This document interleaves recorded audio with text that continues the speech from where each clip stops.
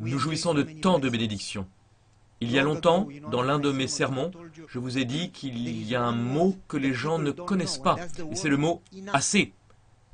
Les gens veulent toujours plus. Ils n'en ont jamais assez.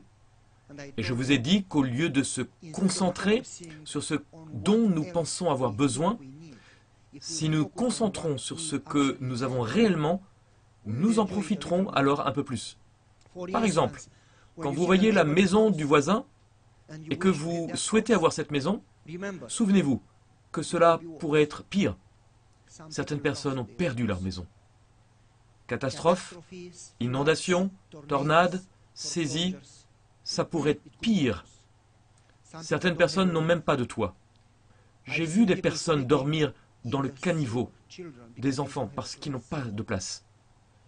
Lorsque vous voyez la Mercedes du voisin et que vous regardez votre vieille voiture, rappelez-vous, ça pourrait être pire.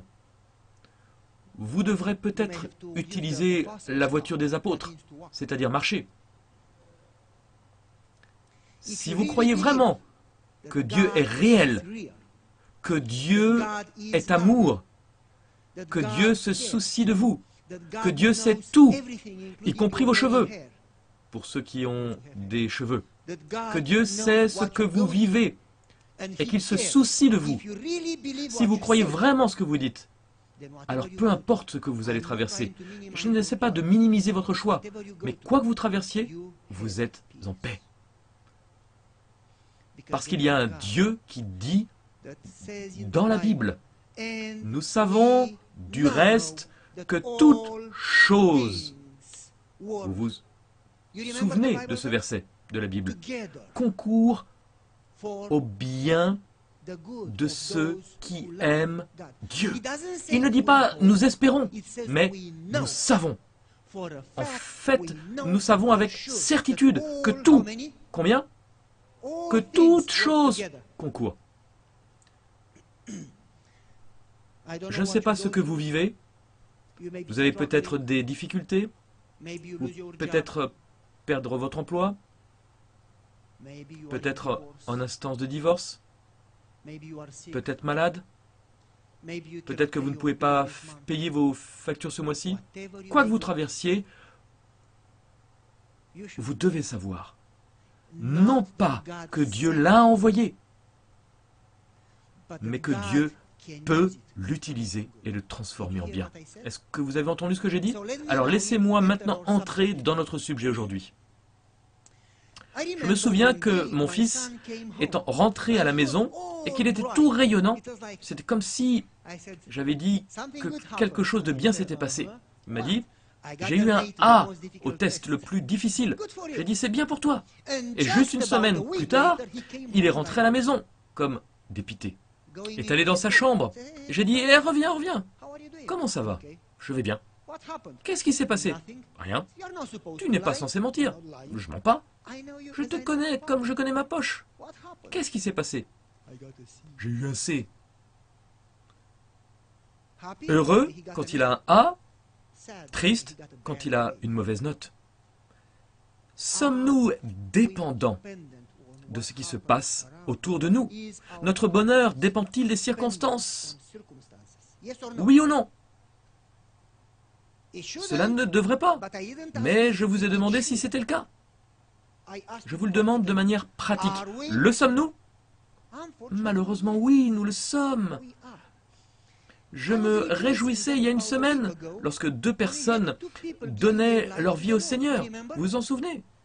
Tout le monde était heureux. Je me souviens qu'il y a longtemps, j'ai reçu un coup de téléphone d'un membre de mon église dans mon tout premier district, il y a environ 20 ans. Environ. Ils avaient eu un bébé quelques semaines auparavant.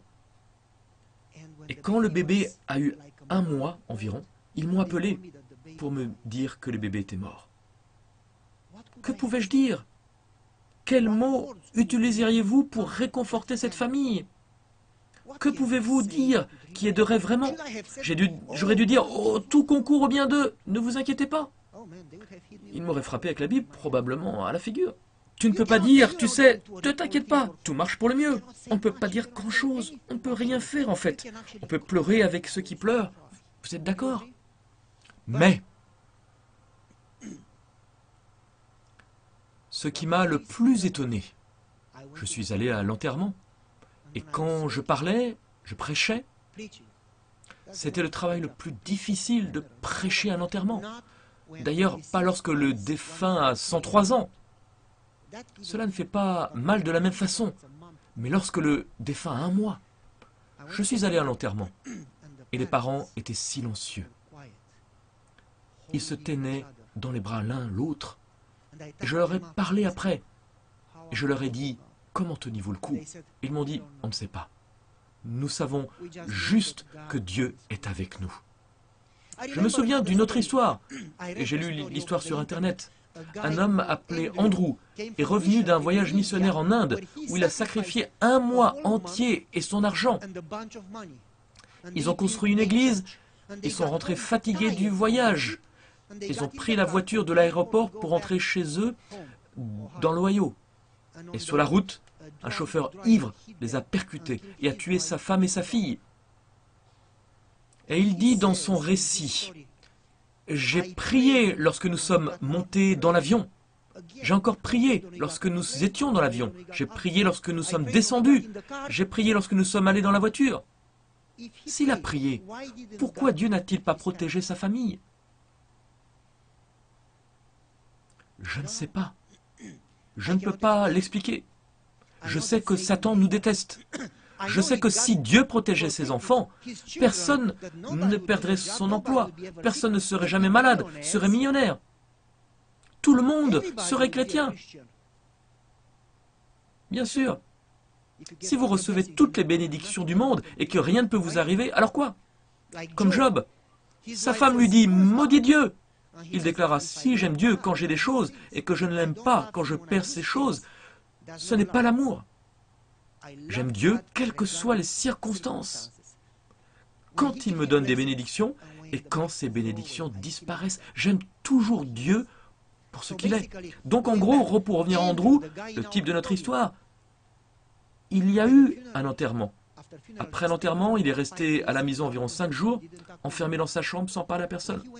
Quand il est allé travailler, après environ 1 semaine, un de ses collègues lui a demandé « Comment vas-tu » Il a répondu « Eh bien, je vais bien, je tiens bon. » Et le collègue lui a dit « Je suis allé à l'enterrement. Tu étais calme. Il était visible que tu souffrais, mais tu étais calme. Tu n'as pas perdu la tête. Si j'étais toi, moi je serais devenu fou. » Et Andrew déclara « Si je n'avais pas eu Dieu, j'aurais perdu la tête aussi. » Et je ne comprends pas pourquoi, mais je peux te dire que Dieu était là.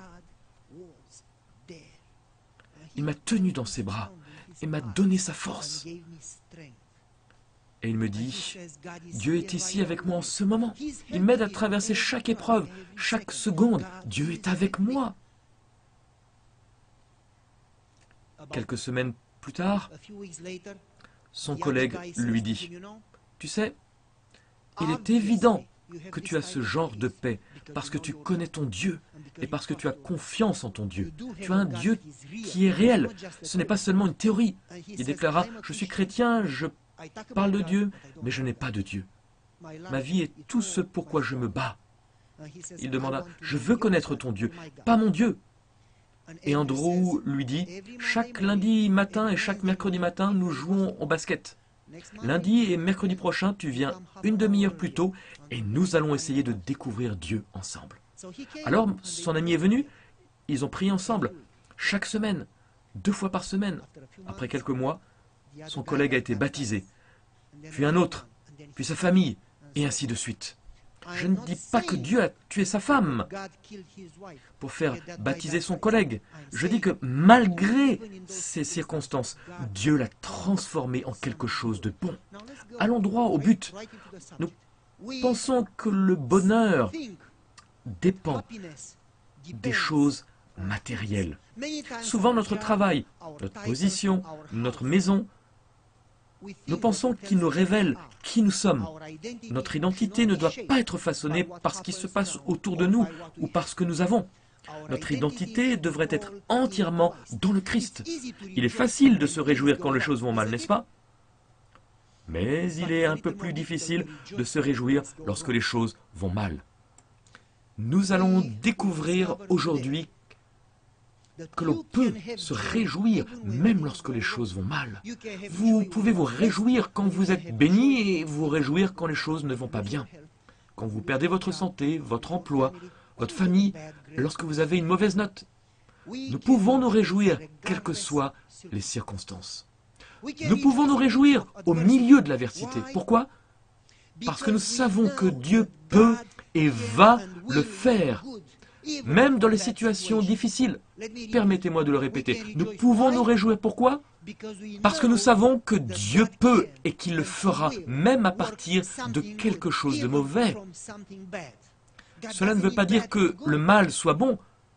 Dieu peut faire le bien à partir du bien, mais Dieu peut aussi faire le bien à partir du mal, et il le fera. Laissez-moi vous donner un exemple maintenant. Voici un test de connaissance de la Bible pour vous.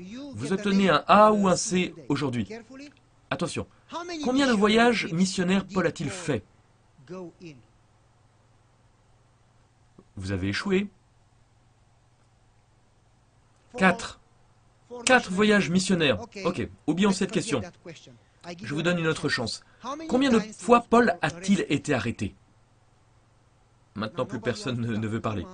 Allez, combien de fois Paul a-t-il été arrêté, mis en prison? Combien de fois a-t-il été détenu? 2 fois. Ok. Je vous donne une autre chance. Une autre chance. Combien de temps est-il resté en détention la première fois? 2 ans. Où a-t-il été arrêté la première fois? Quel endroit? Quelle ville? Rome. Et la deuxième fois? À Rome. Première fois, assignation à résidence. Il a été enchaîné dans un lieu précis, en résidence surveillée. Et comme il était enchaîné, il a eu de grosses chaînes autour de son poignet, de ses mains et autour de ses jambes, de grandes chaînes. Maintenant, voici la question suivante. À quoi était-il enchaîné? Un soldat! Qui a dit ça? Bonne réponse! Ah! Donc, la deuxième fois qu'il était en prison, c'était quelque chose qui s'appelait Mamertine. C'était une grotte profonde, un trou vertical, ou une caverne, ou peu importe comment vous l'appelez en anglais, qui s'enfonce profondément dans le sol. Et assez grand. En gros, comme un cylindre rond, et qui s'enfonce très profondément dans le sol, 72 mètres dans le sol. C'est plus de 200 pieds de profondeur. Il y a des gouttes d'eau qui tombent sur lui tout le temps, jour et nuit. Au fond, il avait des chaînes qui lui permettaient d'atteindre l'un et l'autre mur. Et les chaînes étaient dans une telle position que s'il voulait se reposer, en cas de fatigue, il devait pousser un peu sur le bout de ses orteils pour reposer ses mains. Et de là, ils l'ont pris un matin de bonne heure et l'ont décapité. Ils l'ont tué parce qu'il était chrétien. Alors maintenant, laissez-moi revenir à la première fois, quand il fut arrêté à résidence pendant 2 ans, avec des grandes chaînes autour des mains et des jambes, enchaîné à un soldat romain. Savez-vous quel type de soldat était censé le garder? C'est ce qu'on appelle la garde prétorienne. La garde prétorienne a été instituée par Auguste César. Auguste César a fait un régiment de 10 000 soldats d'élite qui gardaient la maison de César, son foyer, sa famille, les parents de César, le gouvernement et aussi eh bien, les prisonniers les plus dangereux, les prisonniers politiques et religieux. La garde prétorienne était composée de 10 000 soldats d'élite. Alors maintenant, écoutez, la garde changeait toutes les 3 et non 4, comme à notre époque, toutes les 3 heures. Et aucun soldat n'était autorisé à venir une deuxième fois au même endroit, afin qu'il n'y ait pas de lien d'amitié entre le soldat et le prisonnier. Vous m'avez compris? Tant que les 10 000 soldats ne gardaient pas un prisonnier, le premier ne revenait pas. Et si les 10 000 soldats se relayaient et passaient 3 heures avec le prisonnier, alors ils recommençaient tout depuis le début ou tuaient le prisonnier. Alors, et si Paul a passé 2 ans en prison, toutes les 3 heures, jour et nuit, les soldats ont été changés. Savez-vous combien de soldats ont gardé Paul? 5840. Faites le calcul. Donc 5840 soldats. Vous l'avez fait, le calcul, chacun pendant 3 heures. Alors maintenant, rentrons dans le vif du sujet. Si vous, innocent,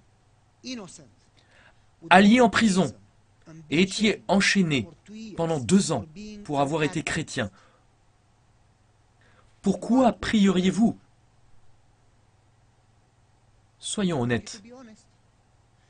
Et si vous étiez prisonnier, enchaîné pendant 2 ans, innocent, vous n'avez rien fait de mal sauf croire en Dieu, pourquoi prieriez-vous? Que feriez-vous en prison? Eh bien, laissez-moi vous dire ce que Paul a fait. 2 ans. Vous voyez, si vous prenez le papier jaune de votre bulletin, et si vous lisez Philippiens chapitre 1, verset 12, si vous me suivez dans cet encart du bulletin, le papier jaune, vous l'avez? Tout le monde là? Je vous ai rendu la tâche plus facile. Il dit donc ici, alors qu'il est en résidence surveillée, Paul a écrit plusieurs de ses lettres. L'une d'entre elles est la lettre aux Philippiens. Voici ce qu'il dit. Je veux que vous sachiez, frères, que ce qui m'est arrivé, à propos de quoi? De son assignation à résidence, d'accord? A plutôt contribué au progrès de l'Évangile. En effet, dans tout le prétoire et partout ailleurs, mauvaise traduction, en grec il est écrit garde prétorienne. En grec, cela se traduit ainsi: à chaque soldat de la garde prétorienne grecque, de la garde prétorienne romaine, pardon, de la garde prétorienne.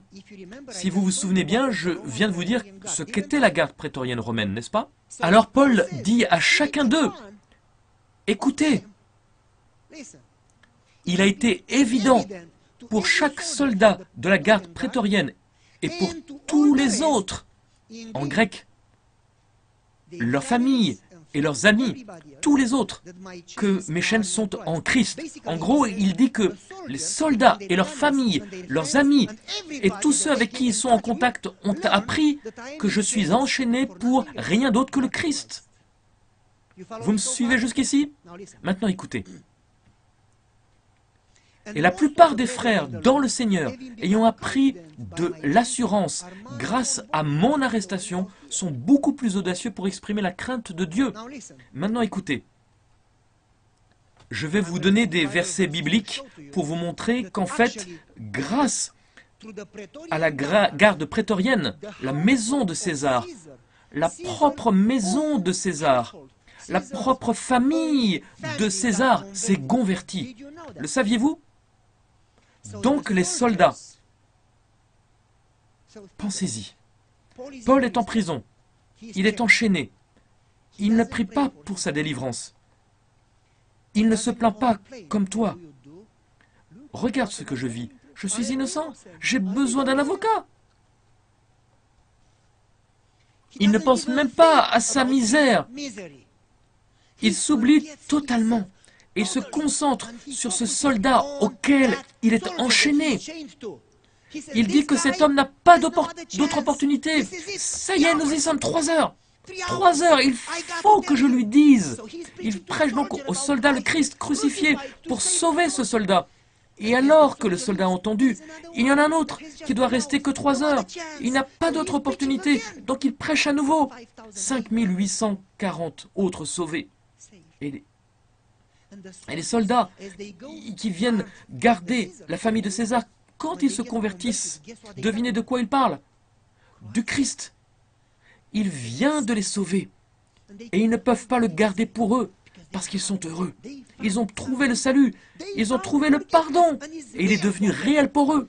Ainsi, les familles, les amis, la propre famille de César, beaucoup se convertissent grâce à Paul.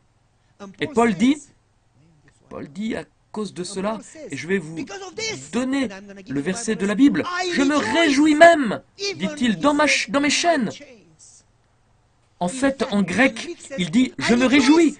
Et pendant qu'il se réjouit, il y a une pause en grec. Il s'arrête quelques secondes et se souvient « Oui, je suis enchaîné. » Et il dit « Même avec mes chaînes. » Être si préoccupé par l'honneur de Dieu, par la prédication de l'Évangile, par l'amour de Dieu, par les gens qui vous entourent, au point d'oublier que vous êtes en prison, que vous avez perdu votre maison, que vous avez des problèmes de santé, que vous avez des problèmes familiaux, que vous êtes tellement concentré sur le Christ que vous oubliez. Ah, n'est-ce pas quelque chose d'incroyable? D'être si concentré sur le Christ et son nom, son travail, son évangile et son honneur et son retour, le roi éternel et une vie éternelle, que cette vie ne vaut pas la peine d'être considérée. Car dans les chaînes, vous gardez les yeux sur le Christ. C'est pourquoi, même dans les chaînes, innocent, Paul dit « Je me réjouis, bien que je sois enchaîné. » Il n'est pas le seul. Vous vous souvenez de Pierre? Il était en prison. Et qu'est-ce qu'il y faisait? Il chantait. Avait-il perdu la tête? Je ne pense pas. Eh bien, cela peut sembler une folie pour les gens qui ne connaissent pas Dieu. Mais pour les croyants, chanter dans les problèmes, c'est tout simplement normal. Cela fait partie de notre chemin. Alors, le soldat romain a pensé, écoutez bien, que Paul est le prisonnier. Et les soldats romains, ceux qui ne s'intéressaient pas à l'Évangile, ont fini par s'assoupir. Vous savez, tout ce que Paul avait à faire, c'était de bouger les chaînes et de dire « Hé mon ami, réveille-toi, je n'ai pas fini mon sermon. Je continue à prêcher. » Et là, devine qui était le prisonnier, Paul ou le soldat? Parce que Paul est heureux. Il prêche à la garde. Il est heureux. Et réveille-toi, je n'ai pas fini mon sujet. Il faut que je te parle de Jésus. Qui est le prisonnier? N'est-ce pas une question d'attitude? Je connais des gens qui pensent que si tu leur donnes des roses, ils verront les épines. Tu vois ce que je veux dire? Les gens qui se plaignent toujours. Quoi que vous fassiez pour eux, quoi que vous leur donniez, ils ne sont pas contents. Ce n'est pas ce que vous faites ou ce qu'ils font, c'est comme ça qu'ils sont. Ils adorent critiquer, se plaindre, faire des commérages. Ils trouveront toujours le besoin de parler et ils disent qu'ils ne sont pas heureux. Bien sûr. Paul ne pense pas au hasard. Il regarde à l'opportunité que Dieu lui a donnée de sauver un soldat.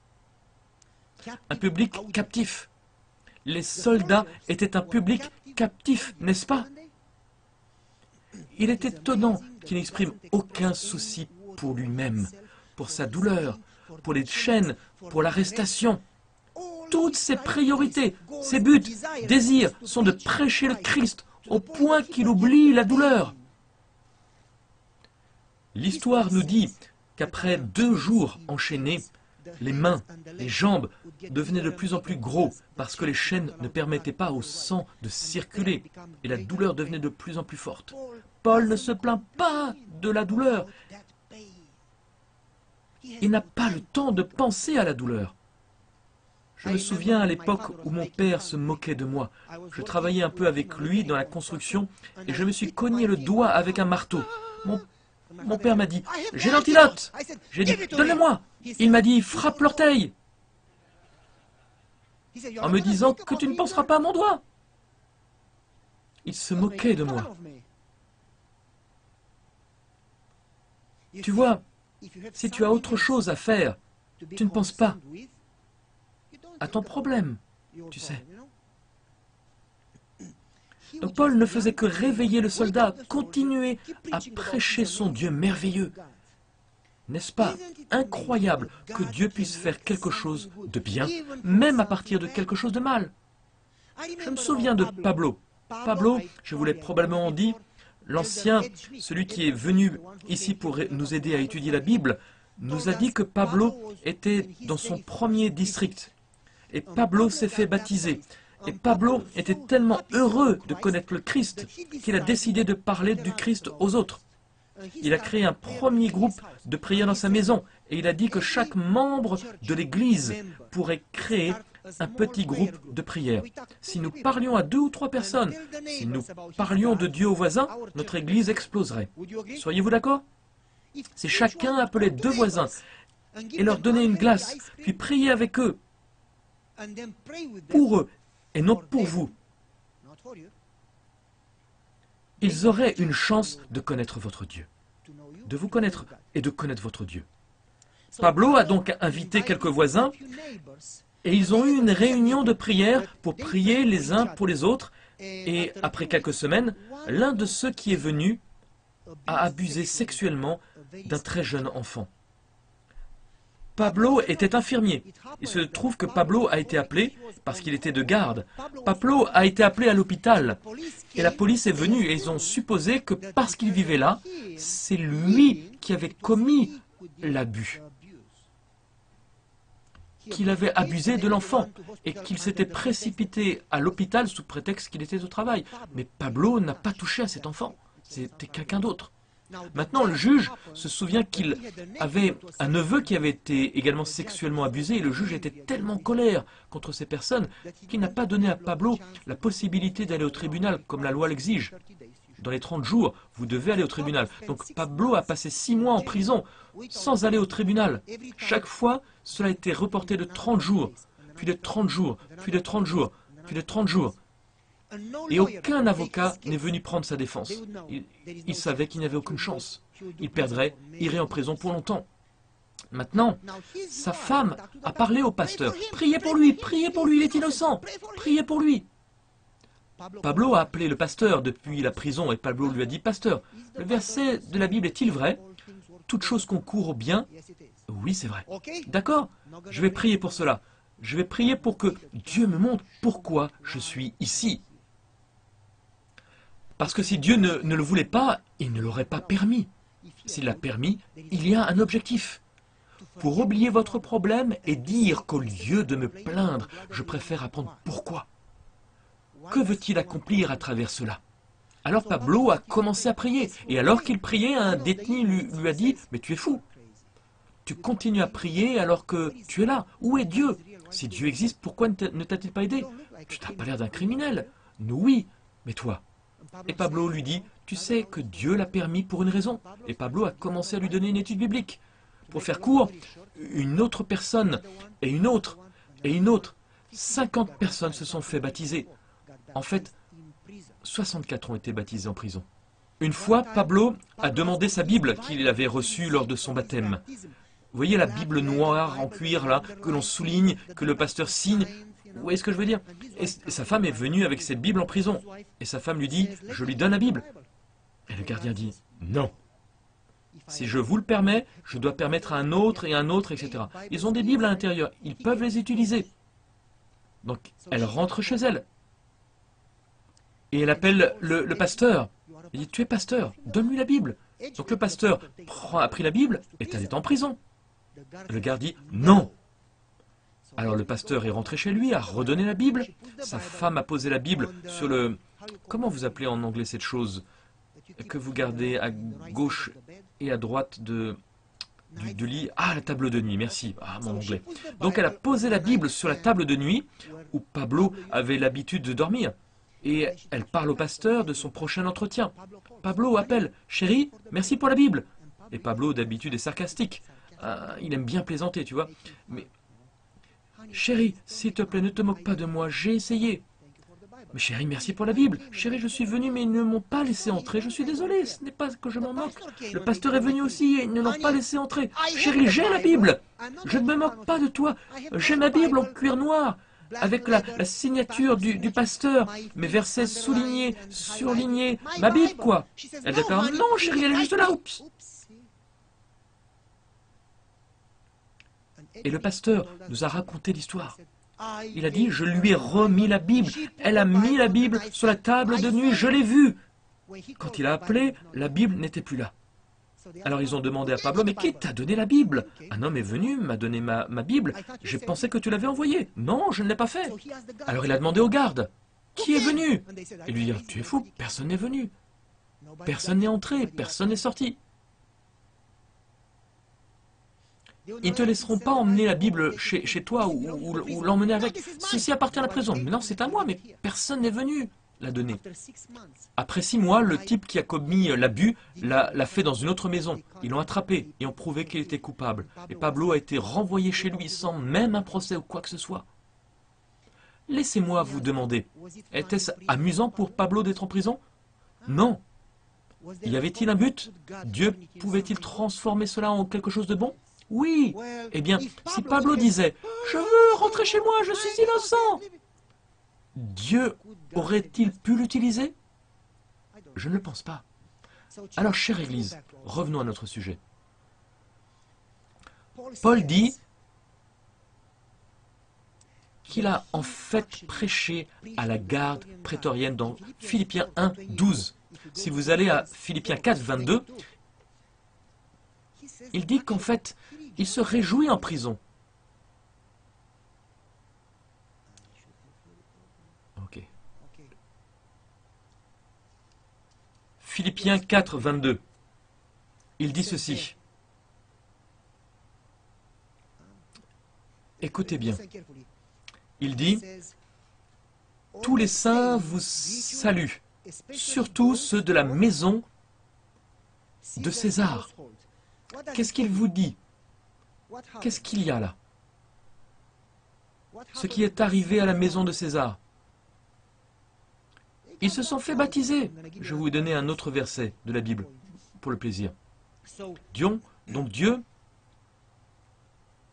s'est servi de lui pour partager l'évangile. Et dans le verset 4, au verset 4, il dit, « Réjouissez-vous toujours dans le Seigneur. » Je le répète, réjouissez-vous. Réjouissez-vous. Paul a écrit ceci en prison. Il dit, encouragé par mes liens, et la plupart des frères dans le Seigneur ont plus d'assurance pour annoncer sans crainte la parole. Je vous demande donc, qui a profité de ces épreuves? Les soldats et les autres, n'est-ce pas? Qui d'autre a bénéficié de ces épreuves? Les frères en Christ, n'est-ce pas? Certaines personnes qui viennent à l'église et qui ne font rien. Si c'était pour moi, je ferais la 29e doctrine de l'église. Ceux qui ne travaillent pas devraient être exclus. Les chrétiens paresseux, ça n'existe pas. Quand on est chrétien, on ne peut pas le garder. Vous le vivez, vous le montrez. Pour vous, vous êtes le reflet de Christ. Par conséquent, les gens connaissent Dieu à travers vous. Si vous ne montrez pas le Christ, vous n'êtes pas chrétien, vous me suivez? Vous ne devriez pas être chrétien. Paul dit, écoute, il y a des frères dans l'église qui ne font rien. Ils dorment. Mais quand ils m'ont vu en prison, prêchant l'évangile, ils ont eu du courage. Ils sont devenus audacieux. Et devinez ce qui s'est passé? L'église a commencé à prêcher. Enfin, laissez-moi vous poser cette question, chère Église. Faut-il que le pasteur aille en prison pour que l'Église fonctionne? Il ne devrait pas. mais il le peut. L'esprit de prophétie dit que ce que nous ne faisons pas en temps de paix, nous le ferons pendant les épreuves, n'est-ce pas? C'est vrai. Je vais vous donner la citation. Tout ce que nous ne faisons pas en paix, lorsque les épreuves arrivent, certains peuvent quitter l'Église. Et d'autres peuvent en fait prendre cela au sérieux et travailler. Louons le Seigneur. Nous avons une Église qui fonctionne et je le pense. Je ne vous flatte pas. Nous avons tellement de baptêmes où Dieu travaille dans le cœur des gens, où les gens décident de suivre le Christ.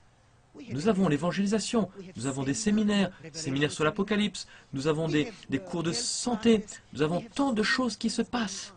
Vous allez à l'école du sabbat, dans chaque département, vous avez un groupe. Nous avons beaucoup de choses qui se passent.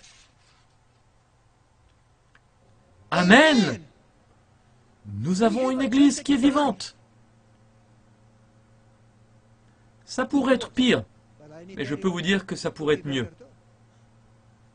Oui ou non? Imaginez que chaque membre d'église fasse ce que Paul fait. Pouvez-vous imaginer cette église? Que se passera-t-il ici? Lexington serait bouleversé.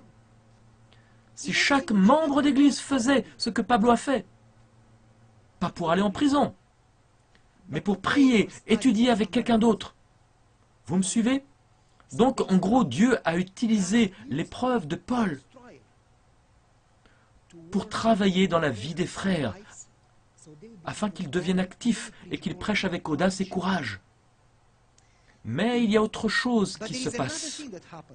Dieu n'a pas seulement travaillé pour les soldats, il n'a pas seulement travaillé pour les frères ou les sœurs. Vous voyez, Paul a déjà été persécuté. Dans le chapitre 11 de la seconde épître aux Corinthiens, Paul dit « J'ai été battu, une fois j'ai été lapidé, j'ai fait naufrage, j'étais sans nourriture, j'étais persécuté, j'étais... » Vous vous souvenez? Dans 2 Corinthiens, il donne une liste de ces épreuves. 2 Corinthiens, pour ceux qui veulent le vérifier, chapitre 11, versets 24 à 27. Il a tout traversé et il nomme tout cela. Mais cette fois, dans Philippiens, il y a quelque chose de nouveau. Bien que Paul ait été malade, bien qu'il ait été persécuté, qu'il ait été battu et ainsi de suite, cette fois-ci, dit-il, je me réjouis.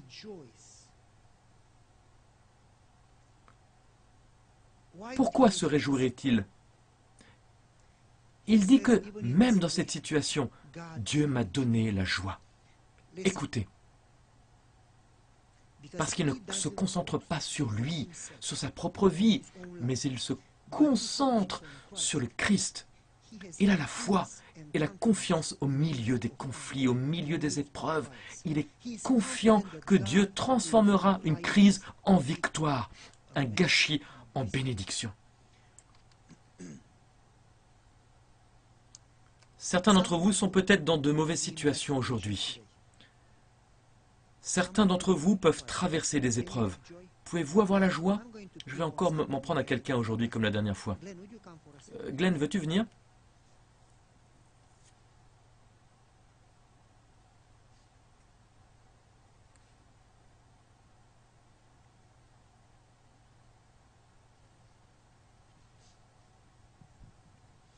Glenn, s'il te plaît, dis-moi.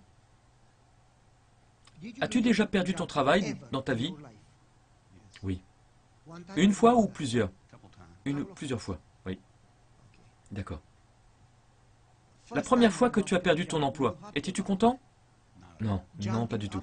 Tu sautais de haut en bas, j'ai perdu mon travail? Non. Qu'as-tu ressenti? J'étais contrarié, bouleversé de ça. Ne parlons pas de ça. Quand tu étais bouleversé, la dernière fois, quand tu as perdu ton travail, comment te sentais-tu? Je n'étais pas très heureux. Étais-tu frustré, bouleversé? Pas autant. Pas autant? Oh, pourquoi? Je ne sais pas. Tu ne sais pas? Je me suis juste senti plus à l'aise avec ça, je suppose. Tout ça était-il lié avec Dieu? Oui, je pense que c'était le cas. Oui, bien sûr. Je t'ai parlé, la première fois tu m'as dit de prier pour toi, que tu avais perdu ton travail. Et je t'ai demandé comment tu te sentais. Tu m'as dit, bien, je suis en paix avec ça. Et j'ai dit, mais comment? Et tu as dit, à moi, quelque chose m'a marqué et est entré dans mon esprit. Je sais que Dieu, oui c'est ça, je sais que Dieu va s'occuper de moi. Je sais que Dieu va faire quelque chose pour moi. Je ne sais pas quoi, je ne sais pas quand, je ne sais pas comment, mais je sais qu'il prendra soin de moi. C'est ce qui t'a donné la force? Oui, je crois. Oui. Tu as un travail? Oui. Amazon.com. Dieu s'en est occupé? Oui, je crois qu'il l'a fait. Et même s'il ne l'a pas fait jusqu'à présent, il l'a fait. Merci beaucoup. Même s'il ne l'a pas fait, as-tu de la nourriture sur la table? Oui, tu en as. Dieu s'occupe des affaires de ses enfants. Avez-vous entendu ce que je dis? Dieu s'occupe de faire le bien pour ses enfants, même au milieu de l'adversité. Mais Paul est heureux parce qu'il a appris à faire confiance au Seigneur de façon totale et absolue. Philippiens 1, verset 15. Philippiens 1, 15. Quelques-uns disent, il est vrai, prêche Christ par envie et par esprit de dispute, mais d'autres le prêchent avec des dispositions bienveillantes. Qu'importe. De quelque manière que ce soit, Christ est annoncé. Paul dit, vous savez, j'étais bouleversé par cela. Je ne me soucie pas de ma chance. Je me soucie de la raison pour laquelle vous prêchez. Tout ce qui m'importe, c'est que le Christ soit prêché, même à travers mes chaînes, même pour de mauvaises raisons. Et vous savez quoi? Quand le Christ est prêché, j'ai la joie et je m'en réjouis. Paul dit, je suis heureux quoi qu'il arrive. Au lieu de se mettre sur la défensive, de s'énerver, de se battre, disputer, Paul dit, vous savez, même en temps de crise, l'important est que le Christ soit prêché. Il vit pour le Christ. Il dit, pour moi, vivre, c'est le Christ. Mourir, c'est encore cela. Je m'en fiche tant que je vis pour le Christ. Je suis prêt à vivre. Sinon, je n'ai pas besoin de vivre. Mes yeux sont au ciel, pas ici. C'est ainsi qu'il a eu la joie dans les chaînes. C'est son seul but, sa seule raison de vivre, toute sa vie pour l'honneur de Dieu. Donc, je vais me réjouir. Nous pouvons nous réjouir au milieu de l'adversité si nous nous concentrons sur Dieu, sur sa gloire, sur son honneur, sur son travail et non sur nous-mêmes. Nous pouvons nous réjouir quand nous savons que Dieu est maître de la situation. Souvenez-vous, 30 ans plus tôt, Paul a tué et faisait partie de ceux qui ont tué Étienne. Vous vous en souvenez? Quand Étienne est mort, à quoi cela servait-il? Dieu a donné la paix à Étienne parce qu'il regardait le ciel et qu'il avait la paix dans son cœur. Vous vous souvenez? Mais l'attitude d'Étienne, qui était positive face à la mort, a converti Paul. Êtes-vous d'accord?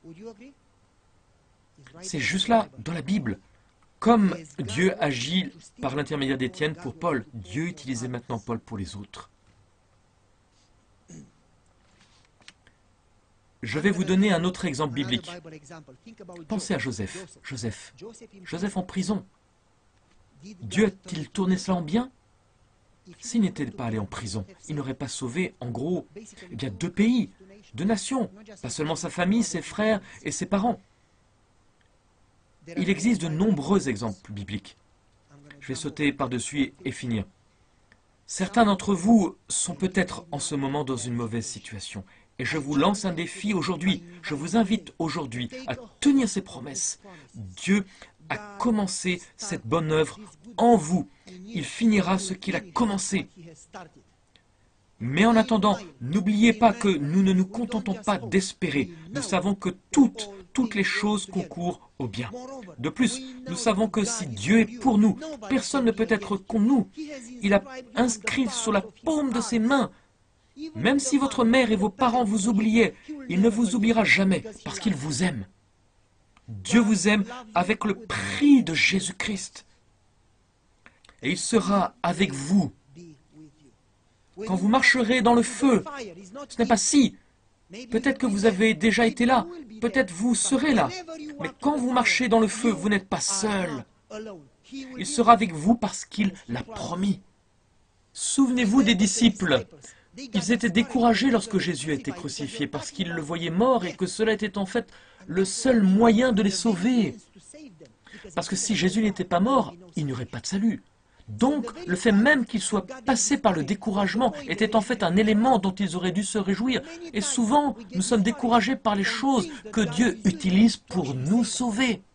Est-ce que vous me suivez? Les choses que Dieu utilise pour sauver votre besoin, nous nous en réjouissons.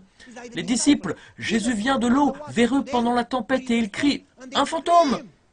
Jésus est venu pour les sauver. Lorsque Jésus travaille pour nous, nous pouvons être contrariés.